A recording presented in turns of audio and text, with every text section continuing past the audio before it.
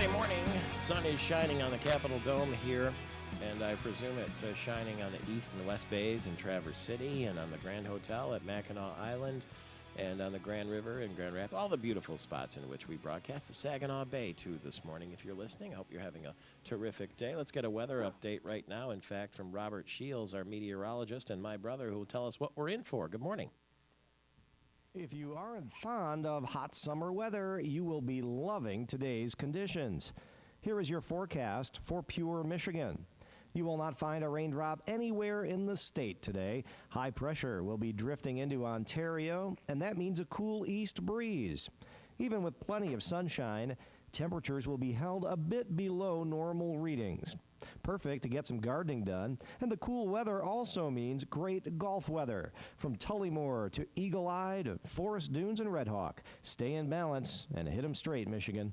I'm meteorologist Robert Shields. Now back to you, Michael Patrick. There, you've got it right there. Coming up later, Andy Dillon, the state treasurer, who is in New York with Governor Snyder today, as they're sort of selling Michigan's story to Wall Street.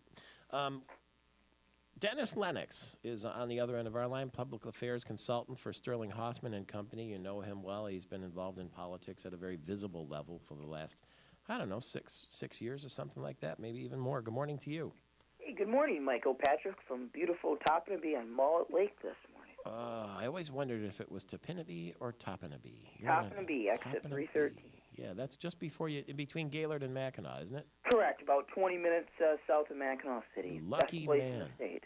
Yeah, you're very close to Pellston there, aren't you, which is typically the coldest spot in the state. Yeah, we're about 15 minutes from Pellston, about 25 minutes from Mackinac City. Pretty convenient location up here in cottage country. From your view, you know, Saul Lanuzis was with us on the program, and he was sort of whistling past the graveyard when it comes to the Senate race against Senator Stabenow from a Republican standpoint.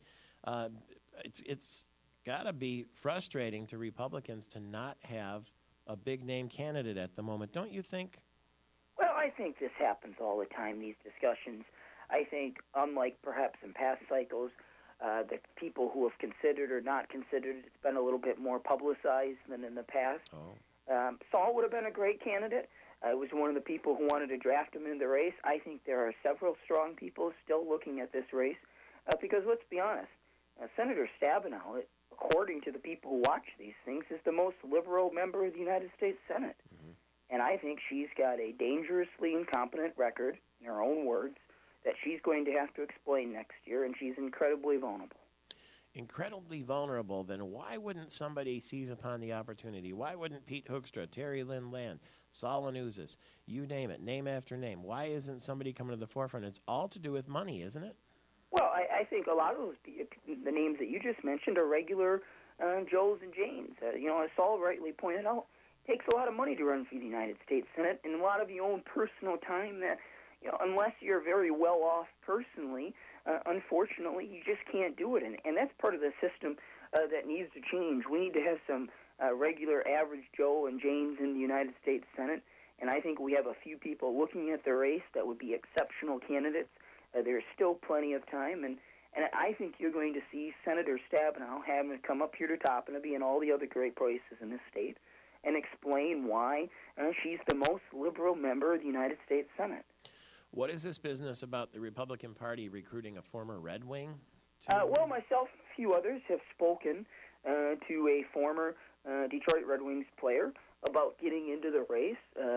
Several of the other activists across the state have talked about this as well. There's been some meetings, some discussions. I think he's considering it.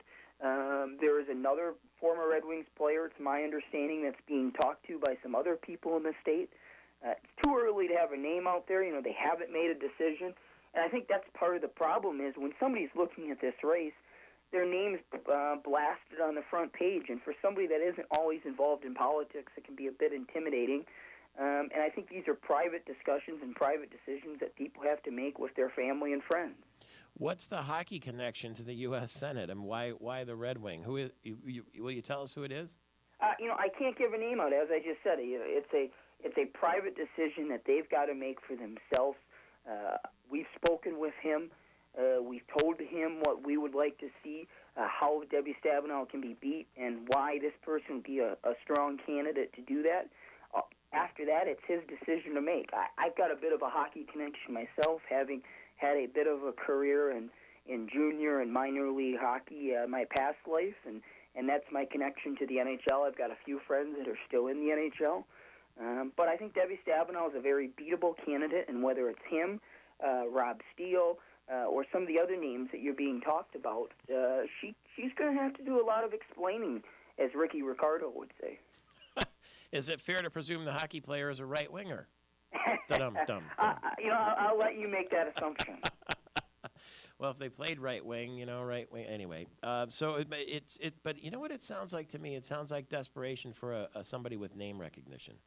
I wouldn't say it's desperation, Michael Patrick. I think in the case of the NHL player, it's kind of a regular Joe getting into the race. This person has a very compelling story that I think a lot of Michiganders would resonate with. He's not by any means, a member of the political class or the chattering class. He's a regular guy who's worked, albeit been paid well, but worked for most of his life and has fairly, well respected amongst the electorate in Michigan. And I think that's the type of people that we need to start looking at office. And unfortunately, whether it's the legislature or the Senate, the cost that's involved, the time commitment, and too often what your family has to go through, a lot of good people get discouraged. Well, that's unfair. We asked Frank Beckman to come on today. He said he appreciates the invitation, but he's got nothing to say.